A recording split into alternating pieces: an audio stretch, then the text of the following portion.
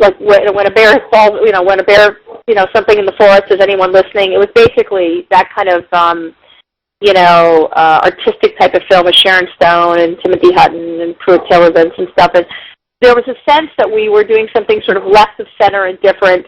Did it do very well in America? No. It made the Berlin Film Festival in major competition, and we were up against The Good Shepherd and The Good German and all that. So I know we did something right. However, the bottom line is, I think that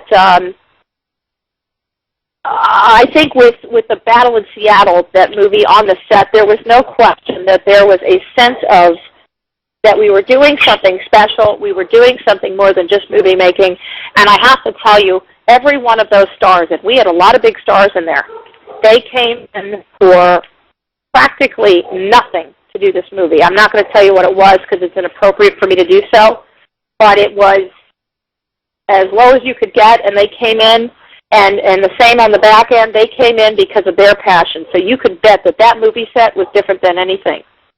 And it has been at the festivals, and there's a sense of camaraderie between the cast there. And there is no question that that's a special event. And I believe that I would hope that I'll feel that sense of that unity and something special brewing with the Mary Mother of the Christ project as well, versus something I'm looking at doing something with two of the biggest stars sort of in the world right now, or, very, very big. And it's and that's all great, but I don't think we'll have the same sense of that. So, yeah, it definitely affects the set. Definitely. How has your job changed in the 6 years since I interviewed you last? Oh, well, who was I with? I was with Sharon Stone. We're friends, and we were, I think we were in Las Vegas or something. We were talking about this. And we were talking about the analogy that we can use is that there's a bicycle, and you're riding the bicycle uphill, and you keep riding uphill, and then there's the point where you're on that bicycle, and it's sort of you just plateaued, and you're looking around, down there and over there, and you just enjoy the ride. And that's kind of what's happened right now. I work just as many hours or more, but there's a sense where I'm so confident, not cocky, but I'm so confident in knowing what I know, and I have a sense of more mentoring other people now, and the quality of projects is going up, and I am getting more discerning now in what I'm doing.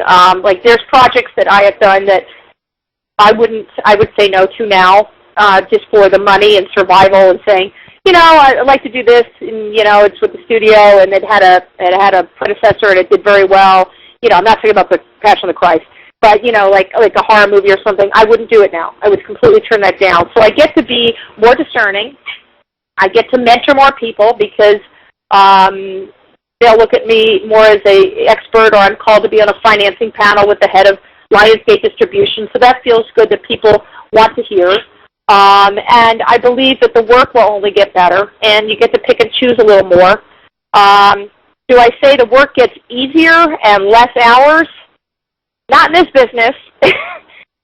You got to really love it. You got to really be dedicated, or you got to be super crazy. You got to do it. The old adage about it. If you've got to act, you've got to really do it. It's got to be in your blood. Well, same thing with producers, because it's intense. It's a lot of time, a lot of commitment.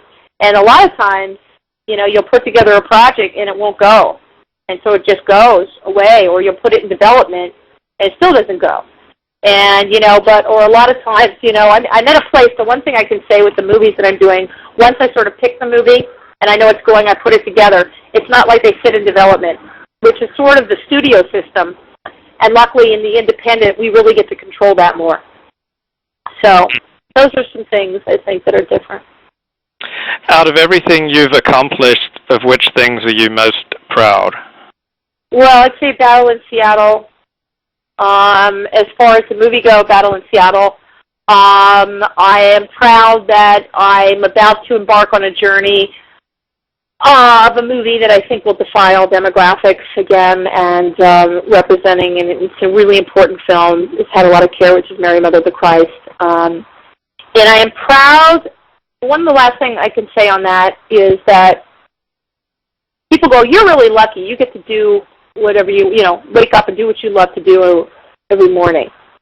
And the one thing that I can say that I'm proud of really strongly is I'm not lucky. I'm not lucky at all when it comes to that. I earned this. I worked for it. I remember after I did a big TV movie, there was a lull there for a while, and I had to go out and, gosh, I had to get other jobs that were just regular, everyday jobs to support my cause, my passion, what I wanted to do, my focus, and I wouldn't let up.